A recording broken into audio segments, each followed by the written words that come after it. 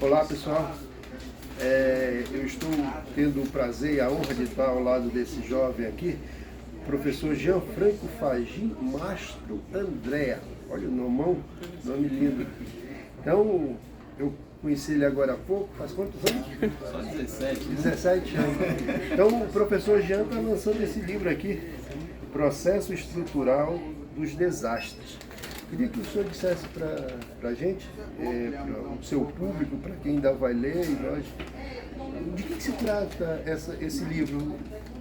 Então, a temática, ela começou primeiro por um interesse sobre o estudo do processo estrutural.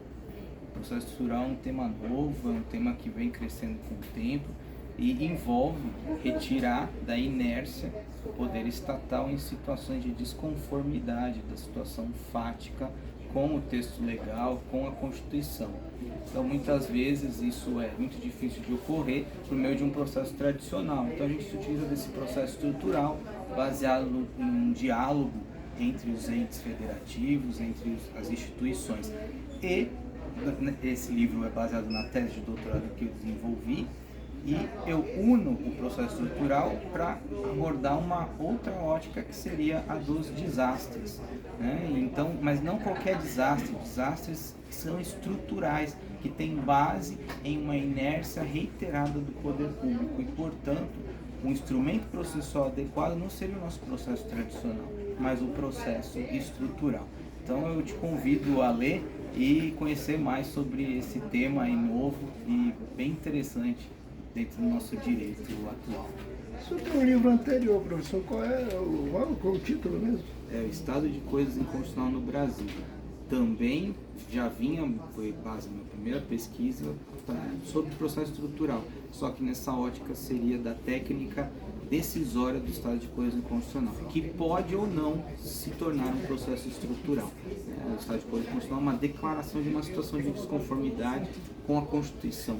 E dependendo do rumo que é tomado, geralmente pelo Supremo Tribunal Federal ou pelos órgãos judiciários, pode se tornar um processo estrutural no futuro. Então também é um outro campo muito novo e interessante. Temos no nosso sistema prisional inúmeras declarações do Supremo, então caminhando nesse sentido.